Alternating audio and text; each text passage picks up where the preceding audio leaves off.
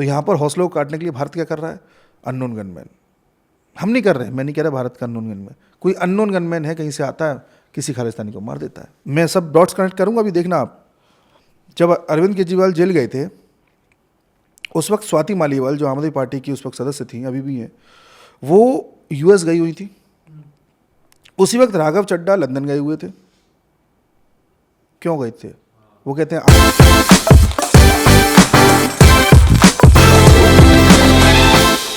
मैं सब dots connect करूंगा, अभी देखना आप।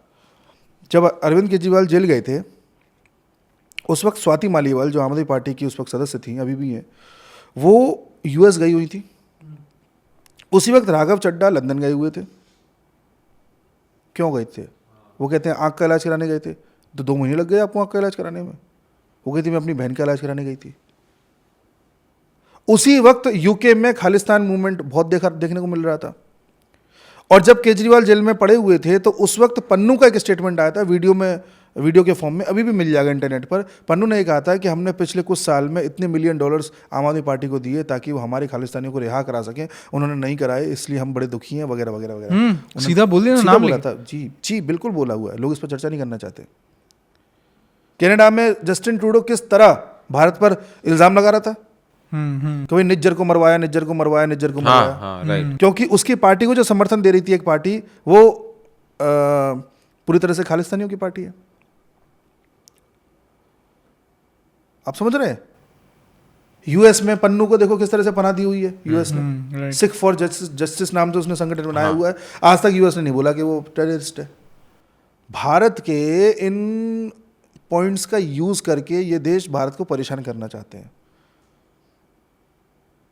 पन्नू को पुलिस नहीं पकड़ रही यूएस की, इससे उनके हौसले बुलंद है ना। तो यहां पर हौसलों को काटने के लिए भारत क्या कर रहा है? Unknown gunman. हम नहीं कर रहे, मैं नहीं कह रहा भारत का अननोन गनमैन, कोई अननोन गनमैन है, कहीं से आता है, किसी खालिस्तानी को मार देता है। कनाडा की खबर बताता हूं जो इसके काउंटर में वहां चल रही है। कनाडा में जिस तरह से खालिस्तानियों को आगे करके ये लोग अपना प्रोपेगेंडा चला रहे हैं, कनाडा में कुछ फ्रांस के लोग रहते हैं।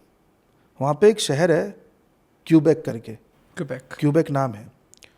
वहाँ पर लंबे समय से फ्रांस के लोग ये मांग कर रहे हैं कि चूंकि यहाँ पे सब फ्रांस के लोग ही रहते हैं, इसलिए इसको एक फ्रांस ऑटोनोमस रीजन बना दिया जाए और हमारे कंट्रोल में दे दिया जाए।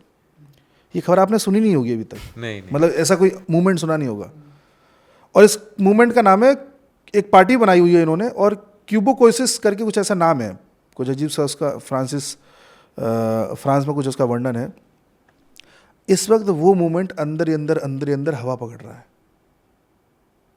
अर्थात तुम हमारे खालिस्तान को बनवाना चाहते हो, हम तुम्हारा क्यूबेक अलग करा देंगे। तो आप भारत पर भरोसा रखिए, यहाँ इतने दरिंदे हैं, बावजूद उसके हमारी एजेंसीज, हमारे रॉ, हमारे एनआईए भारत की सुरक्षा में लगे हुए हैं। मतलब डोवाल साहब बहुत बिजी रहते होंगे। बहुत।